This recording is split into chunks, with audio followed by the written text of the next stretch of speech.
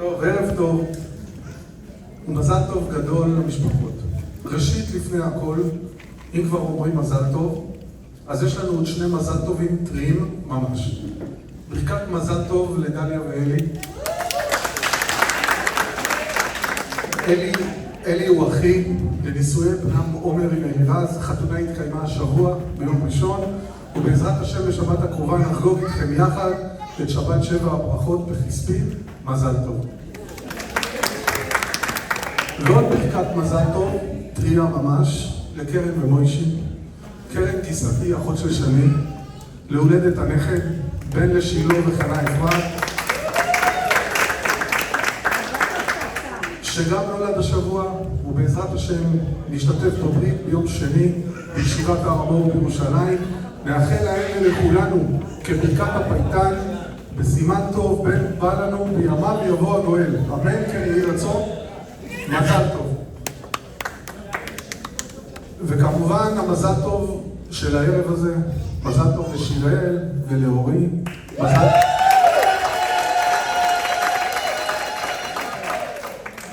מזל טוב להורים, לאחיות ולאחים, והכי הרבה מזל טוב לסבתות, סבתא ציפי, סבתא חנה, סבתא אסתר, ועוד סבתא חנה.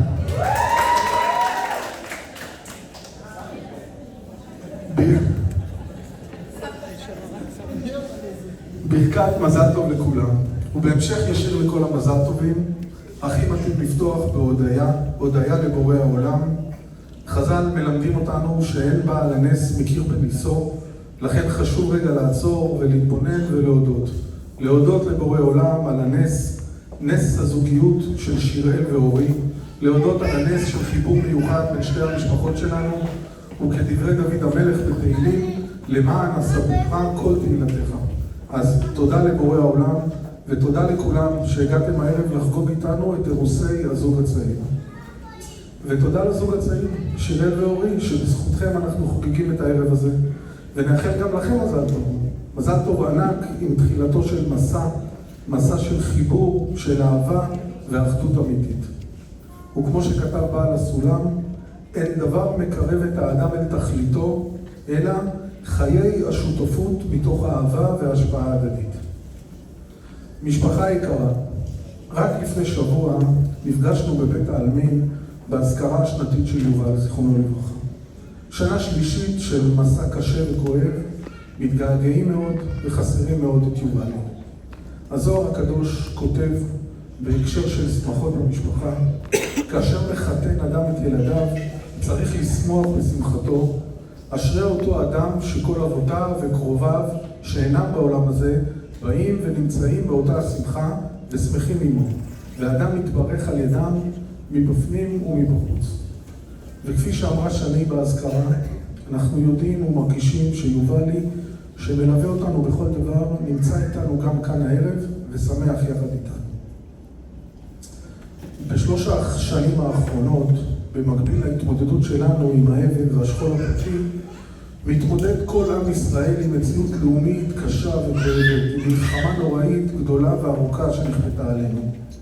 ועם כל הקושי הזה, זוכים אנו לחיות בדור מיוחד, דור התקומה, דור הניצחון. תקופה ניסית ממש, שבו בחורים צעירים שזוכים להילחם ולנצח, לבנות את עוצמתה של מדינת ישראל ולבצור את ביטחונה לדורות רבים קדימה. אורי שלנו, לוחם גיבור ואמיץ בחטיבה מספר 1, שגאה לחבוש את הכומתה החומה של גולני, שמפקד הלוחמים בזירות הלחימה השונות, שבימים אלו ממש מכיר היטב את כפרי הטרור בדרום לבנון, גם עם מצלמות הרחפן וגם היטב ברגליים. אני חייב להודות שאנחנו, דור ההורים המבוגרים יחסית, קצת עייפנו, מותשים כבר מהחדשות, מההתראות, האזעקות, הממ"דים, החטופים, הלוויות. נגמרו כבר הדמעות מסיפורי הגבורה על ילדים קדושים של חברים קרובים. אבל הצעירים, הלוחמים האמיצים, אין בהם טיפה של עייפות. הם בשיא כוחם ועוצמתם, מאמינים באמונה שלמה בצדקת הדרך. מפקדים ולוחמים שנלחמים בעוז ובחירוף נפש ממש, להשיב את כבודה של הממלכה, את התקומה והגאולה, לעם היושב בציון. בונים לנו את ירושלים, מקימים את התשתית לבניין בית המקדש במהרה בימינו אמן. ובדור התקומה הזה, דור הניצחון, שותפים כל הצעירים. הראל הבכור שלנו, מאז שמחת תורה בסבבי מילואים שאינם נגמרים, ואיתם הדאגה והחרדה שאינם נגמרים. ולאחרונה, בשמחה גדולה, זכינו שהצטרף למשפחתנו אריאל היקר, בעלה של רננה, וגם הוא עוד מילואים מקרבי, ועוד דאגה וחרדה, שניהם כרגע פה, אך שניהם עם צווים לסבב הקרוב. אך הדאגה הגדולה מכולם לכלור, לחייל הסדיר, חתן השמחה.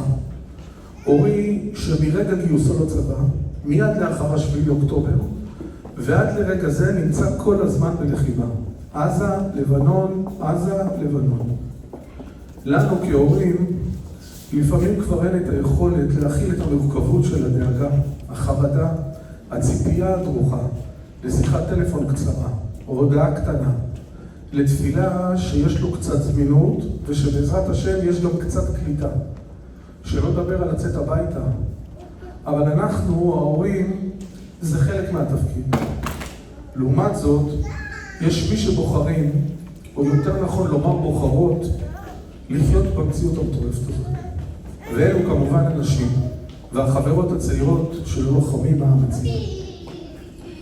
שיראל יקרה ואהובה, גיבורה את, אשת חי, אשת חייל, שבוחרת עם אורי להיות שותפה שלמה לתהליך התקומה.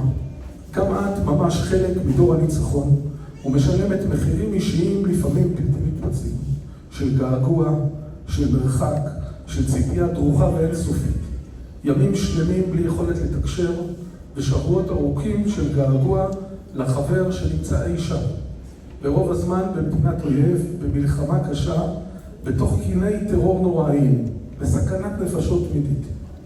ואם אורי סוף סוף מוצא שנייה באמצע הלילה להתקשר, אנחנו ההורים כבר קרסנו מההמתנה האינסופית ונפלנו לישון. שיראל תישאר ערה כל הלילה, ואורי ישלח לה מתישהו את ההודעה שהוא ברוך השם בסדר, ואת המסר נקבל אנחנו משיראל בבוקר למחרת. שיראל, כשמך את, שירת האל, את שמלווה את אורי כבר שנה במציאות משוגעת, ברגעי השמחה וברגעי העצב, ברגעי החיים, הטיולים, ההופעות, וגם ברגעי הקושי וההתמודדות. את גיבורה ממש לא פחות ממנו. אנחנו המבוגרים צריכים פשוט להצדיע לכם, לכולכם, צעירים וצעירות שנושאים בעול לתקומת עם ישראל בארצו. והשירה המיוחדת שלך, שירת האל, את שיראל הכנסת לביתנו והתחברת כל כך על כולנו והפכתם לחברות ממש, את ונטע ואוסי ורננה. אני באופן אישי זכיתי לשותפה קטנה לסיפורי הבדיחות שלי. בדיחות שהילדים שלי כבר לא מסוגלים לשמוע. אבל שיראל המתוקה משתפת איתי פעולה. ואפילו קנתה לי במתנה ספר עם משלוני לשון בעברית, בדיוק בסגנון שאני כל כך אוהב. תודה.